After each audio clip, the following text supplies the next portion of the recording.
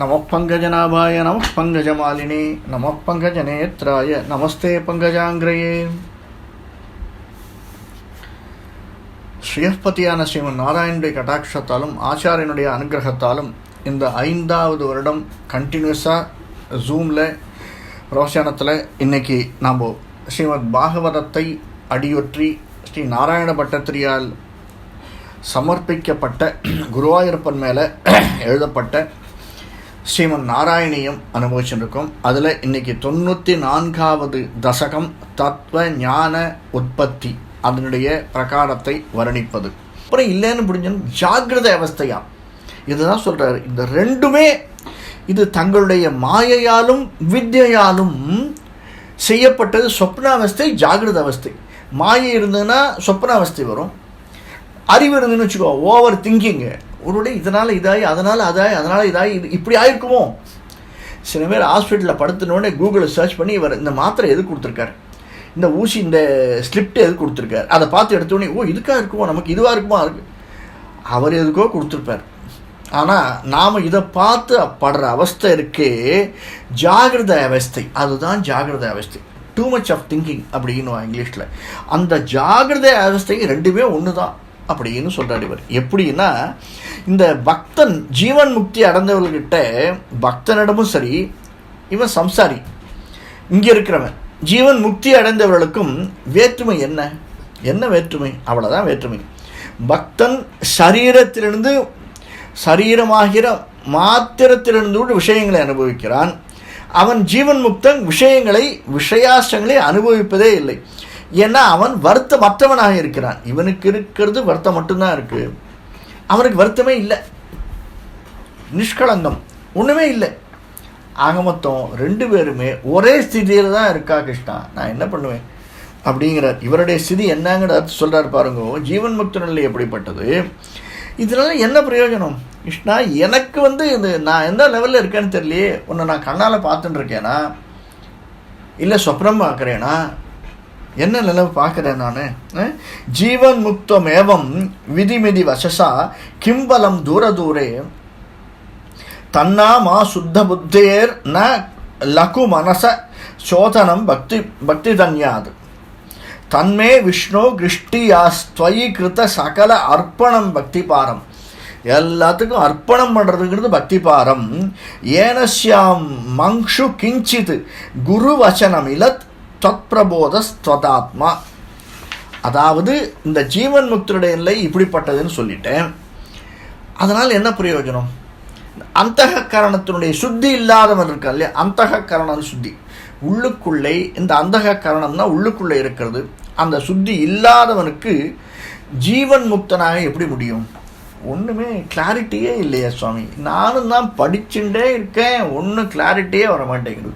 அவன் பாருங்கள் ஒரு 2 நிமிஷம் படிக்கிறான், மண்டையில் ஏறிடுறது. எனக்கு 10 தடவை திருப்பி படித்தாவிட மண்டையில் ஏறவே மாட்டேங்குது. என்னவோ தெரியல. சயின்ஸ் வந்துடுறது, ஹிஸ்ட்ரி ஜார்பி வந்துடுறது, அந்த கணக்கு மட்டும் திருப்பி போட்டு பார்த்தாலும் மனசில் நிற்கவே மாட்டேங்குது.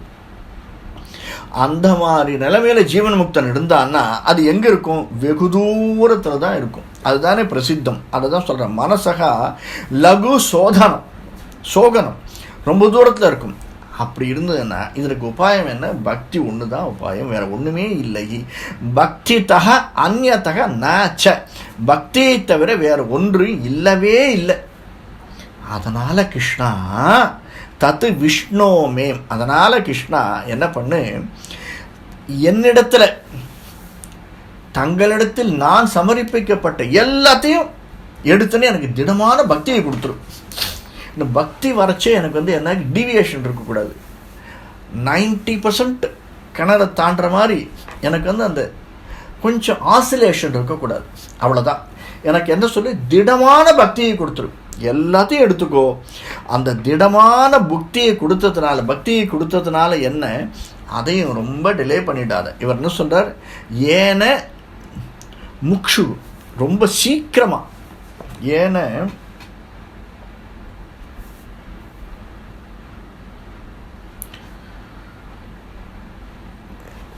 ரொம்ப சீக்கிரமாக விரைவாக எனக்கு கொடுத்துரு. எதுக்கு? இப்போது அடுத்த ஸ்டெப்பு நான் போனோம். இது குருபதேசம் கிடைக்கிறதுக்கு.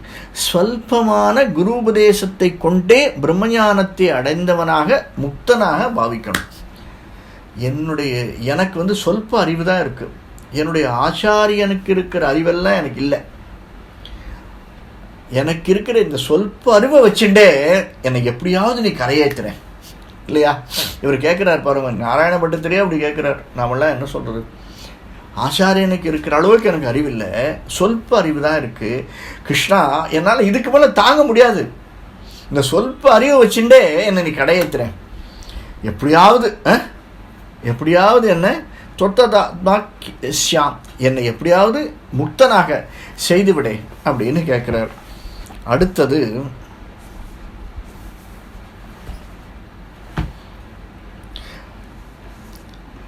சப்த பிரம்மண்ய பீக பிரயதித மனசத்வாம் ந ஜானந்தி கேஷித் கஷ்டம் வந்தியஸ்ரமாஸ்தே சிரதரமிக காம் பிப்ரதே நிஷ்பிரசூதிம் யஸ்யாம் விஸ்வ அபி பிராம சகல மலஹரா திவ்யலீலா அவதாரஹ சச்சிதா சச்சித் சாந்திரம் ச ரூபம் தவன நிகதிதம் தாம்னவாசம் பிரியாசம். இந்த உலகத்தில் 6 அங்கங்கள் இருக்கு. வேதத்தினுடைய அங்கங்கள் 6 நமக்கு நன்னா தெரியும். வேதாங்கங்கள் என்னென்ன? வேதாந்தம் வேற, வேதாங்கம் வேற. வேத அங்கங்கள் என்ன? சிக்ஷா, முதல்ல வரக்கூடியது சிக்ஷா. அடுத்தது வியாக்கரணம், அதனுடைய சிக்ஷை. அதுக்கு அடுத்தது வியாக்கரணம்னா கிராமர். அதற்கு அடுத்தது சந்தஸ், அதனுடைய நெளிவு சுழிவு இல்லையா? இது அந்த சந்தஷ், அந்த சந்தஸ்னால வரக்கூடிய ப்ளஸ்ஸு மைனஸ் ஜோதிஷம். ஜோதிஷத்துக்கு அடுத்தது நிருத்தம், அடுத்தது கல்பம். இந்த 6மே வேதத்தினுடைய அங்கங்கள். இந்த 6 அங்கங்களை நான் ட்ரை பண்ணிட்டு இருக்கேன் கற்கிறதுக்கு. இதெல்லாம் சாத்தியமா சொல்லுங்களேன்? வேதாங்கமான, அதாவது இதெல்லாம் ரொம்ப கஷ்டம். இதுக்கெல்லாம் வீணாக நான் எல்லாத்தையும் கற்றுண்டு அதை ஊன்யமாக ஒன்றா தெரிஞ்சுண்டு அர்த்தத்தையும் உண்டாக்கிண்டு அதுக்கப்புறம் இவ்வளோவையும் தெரிஞ்சு நான் என்ன பண்ணும்? பக்தி ஞானம் உண்டு பண்ணுவோம். இதெல்லாம் கன்று போடாத பசு போன்ற வேதவாக்கை வெகுகாலமாக சுமக்கின்றனர் அப்படிங்கிறார். இதெல்லாம் ரொம்ப கஷ்டம். இவர் என்ன சொல்ல வரான்னு பாருங்களேன். என்னால் முடியல, எனக்கு இருக்கிறதோ கொஞ்சம் ஞானம், அதனால் நான் திரும்பி இதெல்லாம் படித்தாலும் ஏற மாட்டேங்கிறது. இது எப்படி உபாயம்னா, கன்று போடாத பசு எவ்வளோ நாளைக்கு வச்சுருப்பான் அந்த மனுஷன் இல்லையா? அந்த மாதிரி அது ஒரு சுமை தானே. அந்த மாதிரி இந்த சுமையாக எவ்வளோ நாளைக்கு நான் சுமக்கிறது? எப்படியாவது எல்லோருடைய மனங்களையும் கவர்ந்து எல்லோருடைய பாபங்களையும் போக்கணும் அப்படின்னா என்ன? இவ்வளோத்தையும் ஞானம் இல்லை, இவ்வளோத்தையும் எனக்கு கிரகிக்கிறதுக்கு டைம் இல்லை. சில பேரால் ஈஸியாக கிரகிச்சிக்க முடியும். அதாவது அதனால தான் சின்ன வயசுலேயே கொண்டு போய் பாடசாலையில் சேர்த்துருவா. அடியனும் பாடசாலையில் படித்தவன் தான். கொஞ்சம் சொல்ப காலம்தான் படித்தேன், முழுசாக படிக்கலை. எனக்கு அந்த முழுசாக படிக்கக்கூடிய ஒரு இது இல்லை என்னால். மதுராந்தகம் பாடசாலையில் சொல்ப காலம்தான் படித்தேன், ஒரு 3 வருஷங்கள் தான் படித்தேன். ஆனால் அது சின்ன வயசில் கொண்டு போய் சேர்த்துருவா. அப்போ தான் அந்த ஞானம் மனசில் பிடிக்கும். சின்ன வயசில் படிக்கலை அப்படின்னா 25 வயசு 30 வயசுக்கு மேலே அதை கற்றுக்கிறதுங்கிறது ரொம்ப சிரமப்படணும். ஆனால் வந்துடும். ஆனால் 50 வயசுக்கு மேலே 100 தடவை சொல்லி பார்த்தாலும் ஒரு 6 மாதம் விட்டோம்னா திரும்பி மனசில் நிற்காது. இப்படியான பிரச்சனை இருக்கே கிருஷ்ணா, நான் என்ன பண்ணுறது? எனக்கு சிம்பிளாக ஒரு வழி சொன்னேன். என்னுடைய பாபம் எல்லாம் போகணும். என்ன வழி? உன்னுடைய லீலா வினோதங்கள், உன்னுடைய திருவதார நோக்கம், இதெல்லாம் சச்சிதானந்த ஸ்வரூபம், இதெல்லாம் என்னுடைய மனசில் நிற்கணும். வாக்கு சுமக்க மாட்டேங்கிறது, ஆனால் மனசில் திவ்ய லீலாவதாராக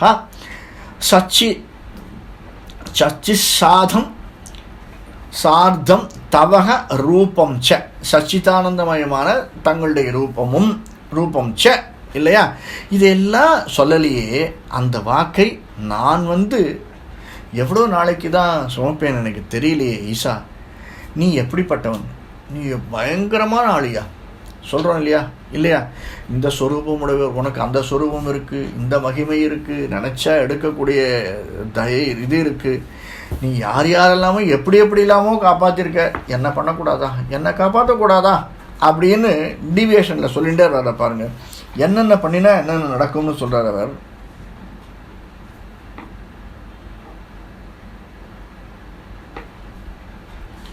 யோ யோவான் யாதுருஷோ வா துமிதி கிமபி நைவாவ கஷ்யாமி பூமன் ஏவன் சானன்ய பாவஸ்தவனு பஜன மேவாத்ரியே சைத்ய வைரின் த்வல்லிங்கானாம் த்வதங்கிரி பிரியஜன சதசாம் தர்ஷன ஸ்பர்ஷதாதிர் பூயான்மே த்வத் பிரபூஜா நதி நுதி குண கர்மானு கீர்த்தயதோரோபி கீர்த்தயாதர் அபிஹி. அதாவது என்னது? ஹே ஈவா பூமன், எங்கும் நடந்திருக்கக்கூடிய ஈசனே, இது என்ன? இது முதல்ல நீ தாங்கள் எப்படிப்பட்டவன்? தொம் யஹா, எல்லா விதமான ரூபமும் எடுக்கக்கூடியவன், சுரூபம் உடையவர், எல்லா விதமான ரூபத்தையும் எடுக்கக்கூடியவன், எல்லா விதமான மகிமையும் உடையவன். யாவான், எல்லா விதமான மகிமையும் உடையவர் நீர். அந்த தங்களுடைய தர்மங்கள் இருக்குல்ல, எனக்கான ஒன்றுமே தெரியாது, ஒன்றும் அறிகிறேன். வா ஈதி கிமபி, எனக்கு ஒன்றுமே தெரியாது, அறிந்தவனே இல்லை. நான் ஏவ அவகச்ச சாமி, எனக்கு ஒன்றுமே தெரியாது. நீ எப்படிப்பட்டவன் தெரியுமா? சிசுபாலனுக்கு வைரி. இதை எதுக்கு சொல்கிறார் இவர்? சாதாரணமாக சொல்லிருக்கலாமே இல்லையா? ஏன்னா சிசுபாலனுக்கு ஏன் இந்த வார்த்தையை சொல்கிறார்? இந்த ஸ்லோகத்தை முடிச்சுட்டு சொல்கிறேன் பாருங்க. இதற்கு எனக்கு சிசுபாலனுடைய வைரியான நீ கிருஷ்ணா ஏவம் ச, அப்படி இருந்தாலும் நான் எப்படிப்பட்டவன்? எனக்கு டீவியேஷன் கிடையாது. இப்போ நான் இந்த உன்னுடைய சன்னதி வாசலில், உன்னுடைய சன்னுடைய ஆப்போசிட்டில் உட்காந்துட்டேன். இப்போ நான் எதை பற்றியுமே நினைக்கல, உன்னை மட்டும்தான் பார்த்துட்டு இருக்கேன், உன்னுடைய கடாட்சம் மட்டும்தான் தெரிஞ்சுட்டு இருக்கு, உன்னுடைய பரிபூர்ண பக்தி என்கிட்ட இருக்குது. அதை தான் சொல்கிறேன். வேற ஒன்றிலும் மனது செலுத்தினான என்ன அனன்ய மனசா, வேற எந்த இடத்துலையும் மனசு போகலை.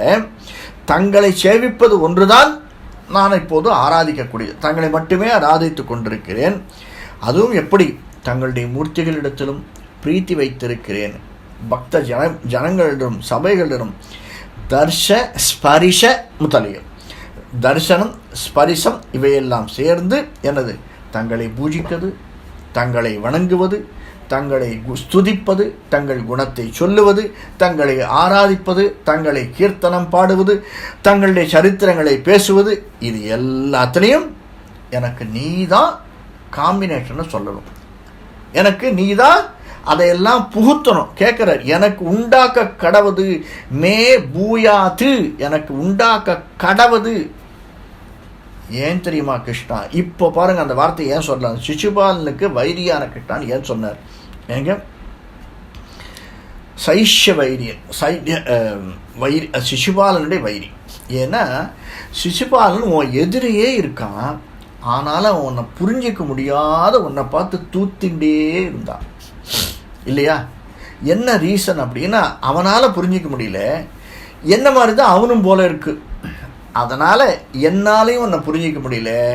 இப்போது தங்களை பூஜிக்கிறது, வணங்கிறது, துதிப்பது, உங்களுடைய குணத்தை பேசுவது, பூஜை கீர்த்தனம் பாடுறது, சரித்திரங்களை சொல்கிறது, இது எல்லாத்துக்கும் அழித்து எனக்கு அருள் செய் கண்டாய் அப்படின்னு ஆழ்வார் சொல்கிற மாதிரி நீ தான் எனக்கு எல்லாத்தையும் செய்யணும். மே பூயாத்து, எனக்கு நீ தான் செய்ய வேண்டும், பிரகாஷியே எனக்கு நீ அதை அருள் செய் அப்படின்னு அவங்ககிட்டே கேட்குறார். அதற்கு அடுத்து சொல்றவன்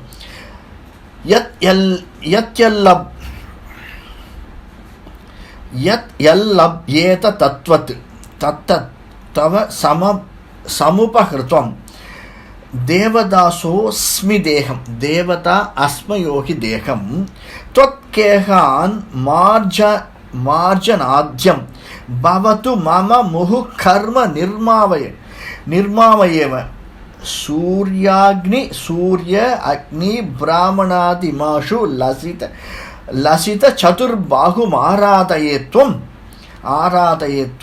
த்வது பிரமோரத்ரவ ரூபோ மம சததம் அபிஷ்யந்ததாம் பக்தி யோகா. தேவ, ஹே தேவதேவனே, எந்த பொருள் அடையப்படுமோ, யத்து யத்து லப்யேத்து, எது எது அடையப்படுமோ அந்த பொருளை தாங்கள் சமர்ப்பிக்க ஆகட்டும். தத்து தத்து தவ சமுப்பதம், அதை நான் சமர்ப்பிக்கிறேன். எப்படி இருக்கேன் அப்படின்னா, எனக்கு என்ன கிடைச்சிருக்கோ, இந்த 3 நாள் தன்னுடைய மங்காவோட பகவான் பிரார்த்திக்கவே முடியல. வேதாந்த தேசிகர் அப்படி திருப்பதி போயிட்டு பெருமாளை சேவிச்சுட்டு வரார். திரும்பி வர வழியில் ரொம்ப இருட்டாயிடுது. 2 நாளாக ஒன்றுமே கிடைக்கல. 2வது நாள் கடைசியில் 3வது நாள் ஆரம்பத்தில் பகவான்கிட்ட பிரார்த்திக்கிறார். கிருஷ்ணா, இன்றைக்கி உனக்கு தரத்துக்கு என்கிட்ட பாலோ பழமோ எதுவுமே இல்லை, இந்த தீர்த்தம் மட்டும்தான் இருக்குது. இதை மட்டும் நீ எடுத்துண்டு ஸ்வீகரிச்சுண்டு தயவு செஞ்சு எனக்கு ஏற்றுக்கணும், ஸ்வீகரிக்கணும் அப்படின்னு ரெக்வஸ்ட் பண்ணிக்கிறார். அதே தான் இவர் சொல்கிறார், எனக்கு எதுவுமே கிடையாது, தாங்கள் எல்லாம் இருக்கோ அதை நான் என்கிட்ட இருக்கிறத நான் உங்களுக்கு சமர்ப்பிக்கிறேன், அதை தாங்களுக்கு அடிமையாக இருக்கிறேன், எனக்கு எல்லாம் அகம் தே தாசகா அசி, நான் தங்களுக்கு அடிமையாக இருக்கிறேன். இந்த ஆலயத்தை, உங்களுடைய கோவிலை சுத்தம் பண்ணுறது, அடிக்கடி ஏதாவது கைங்கரியம் பண்ணுறது, இதனால் கைங்கரியம் அடிக்கடி பண்ணுறதுனால எனக்கு என்ன சுத்தி உண்டாகட்டும்.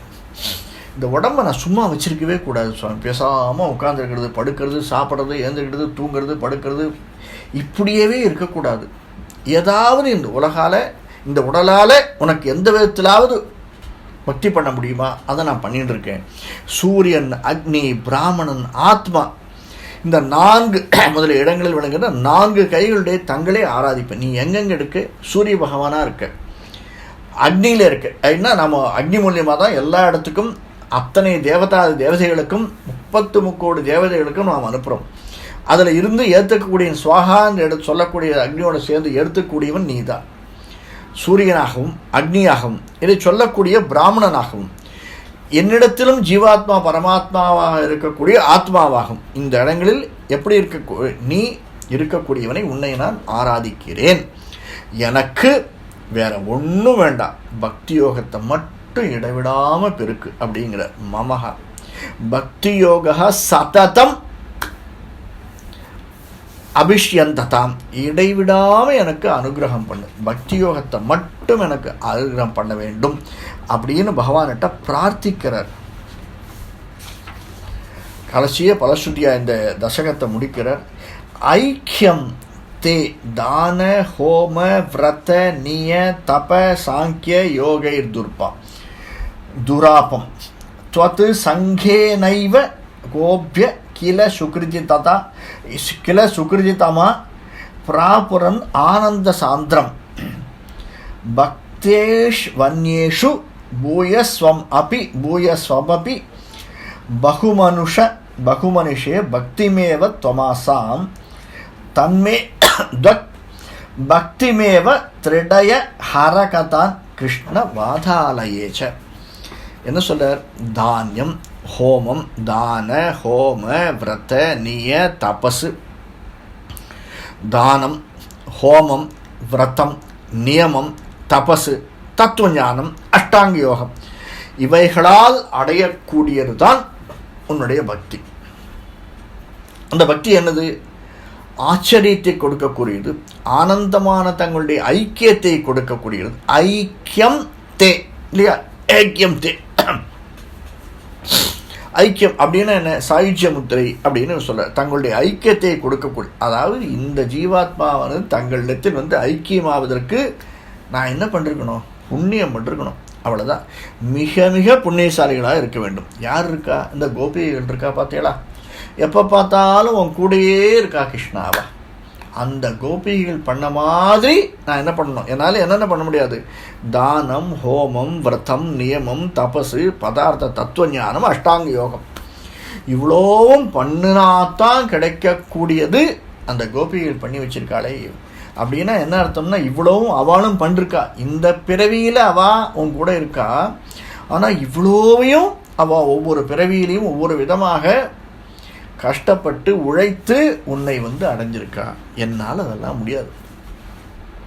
அதனால் நீ என்ன பண்ணணும், அந்த கோபிகள்கிட்ட இருக்கிற பக்தியையே நீ ஏற்றுக்கிறியே, அந்த மாதிரி ஏ கிருஷ்ணா ஹா கிருஷ்ணா தத்து மே துவத்துக்க ஏவ என்னுடைய துவது பக்தி ஏவ என்கிட்ட இருக்கக்கூடிய பக்தியே திடமாக நீ ஏத்துண்டு என்னுடைய வாதரோகத்தை நிவர்த்தி பண்ணணும். வாதாலயேச காதானு ஹாரஹா, என்கிட்ட இருக்கக்கூடிய வாதரோகத்தை விலக்குவீராக.